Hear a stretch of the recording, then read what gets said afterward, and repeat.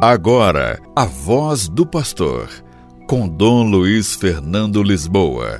Louvado seja nosso Senhor Jesus Cristo, para sempre seja louvado. Queridos irmãos e irmãs, hoje, dia 3 de setembro, mês da Bíblia, nós continuamos a comunicar a mensagem do Papa para o Dia Mundial de Oração pelo Cuidado da Criação, que realizou-se no dia 1º de setembro, mas que todo mês vai pedir que nós procuremos relembrar esse tempo, o cuidado que devemos ter com a nossa casa comum, esse desafio, essa provocação que o Papa nos faz. Continuando essa bonita mensagem do Papa, no número 3.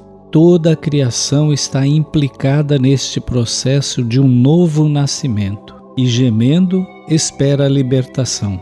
Trata-se de um crescimento escondido que amadurece, como um grão de mostarda que se transforma numa grande árvore, ou o fermento da massa, como está lá em Mateus 13, 31 a 33. Os inícios são minúsculos, mas os resultados esperados podem ser de uma beleza infinita. Enquanto expectativa de um nascimento, a revelação dos filhos de Deus, a esperança é a possibilidade de permanecer firme no meio das adversidades, de não desanimar nos momentos de tribulação ou diante da barbárie humana.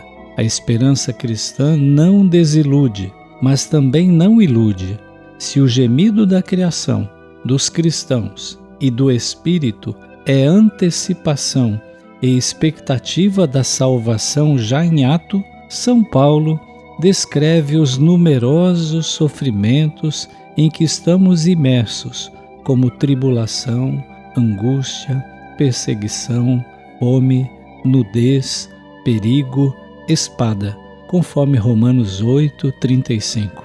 Assim, a esperança é uma leitura alternativa da história e dos acontecimentos humanos, não ilusória, mas realista, do realismo da fé que vê o invisível. Esta esperança é uma espera paciente, como a não visão de Abraão.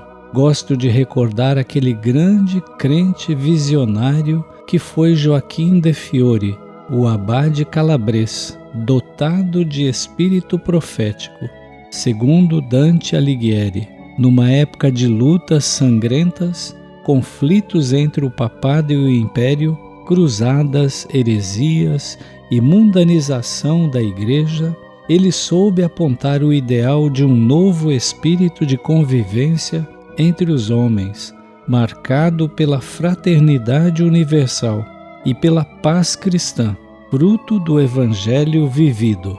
Foi este espírito de amizade social e de fraternidade universal que propus na Fratelli Tutti, a encíclica que significa somos todos irmãos. E esta harmonia entre os homens deve estender-se também à criação, a partir de um antropocentrismo situado, conforme a encíclica Laudate Deum, na responsabilidade por uma ecologia humana e integral, caminho de salvação da nossa casa comum e dos que nela vivemos. Por que há tanto mal no mundo? Por que tanta injustiça, tantas guerras fratricidas que provocam a morte de crianças, destroem cidades, poluem o ambiente em que vive o ser humano, a Mãe Terra, violada e devastada? Referindo-se implicitamente ao pecado de Adão, São Paulo diz: bem sabemos como toda a criação geme e sofre as dores de parto até o presente. Romanos 8, 22.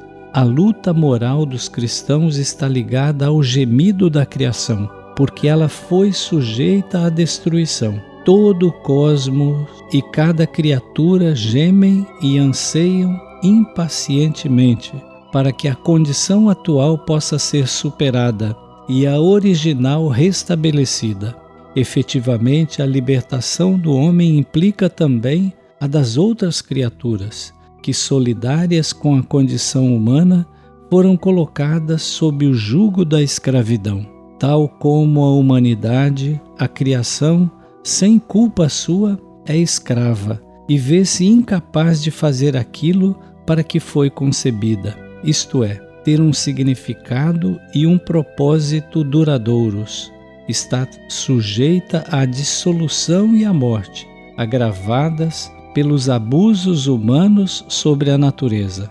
Mas, em sentido contrário, a salvação do homem em Cristo é esperança segura, inclusive para a criação.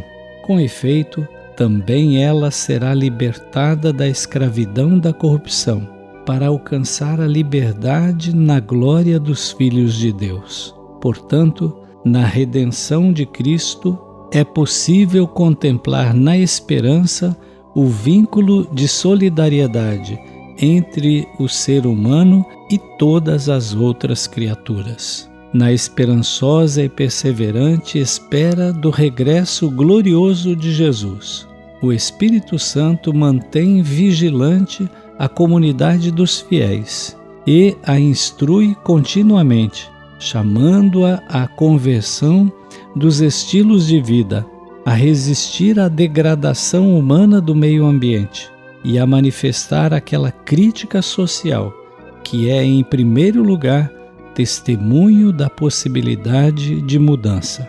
Esta conversão consiste em passar da arrogância de quem quer dominar os outros e a natureza, reduzida a um mero objeto manipulável, passar à humildade de quem cuida dos outros e da criação.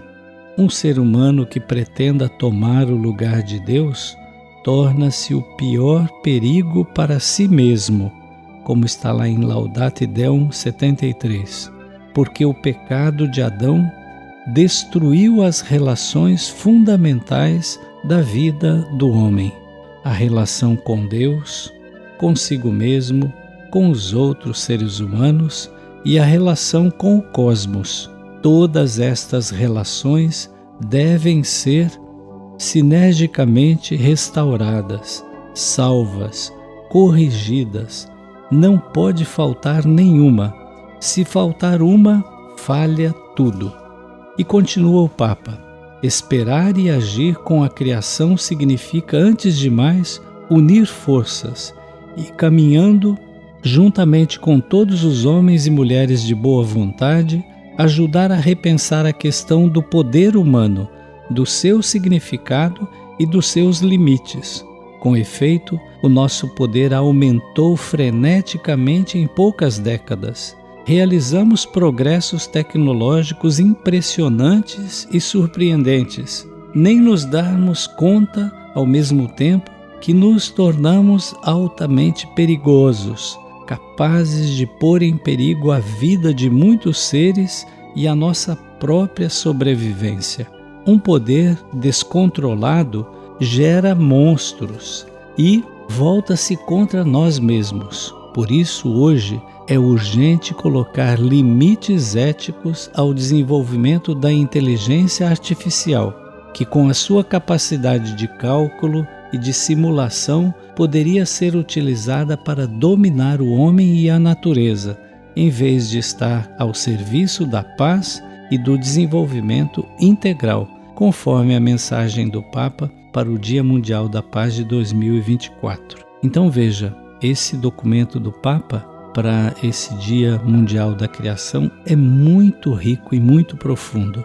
Nós vamos interromper aqui e amanhã nós continuamos a terceira parte e última dessa mensagem tão bonita e tão profunda do Santo Padre, para que respeitemos a criação, para que respeitemos a nossa casa comum. O Senhor esteja convosco, Ele está no meio de nós. Abençoe-vos o Deus todo misericordioso, o Pai e o Filho e o Espírito Santo. Amém.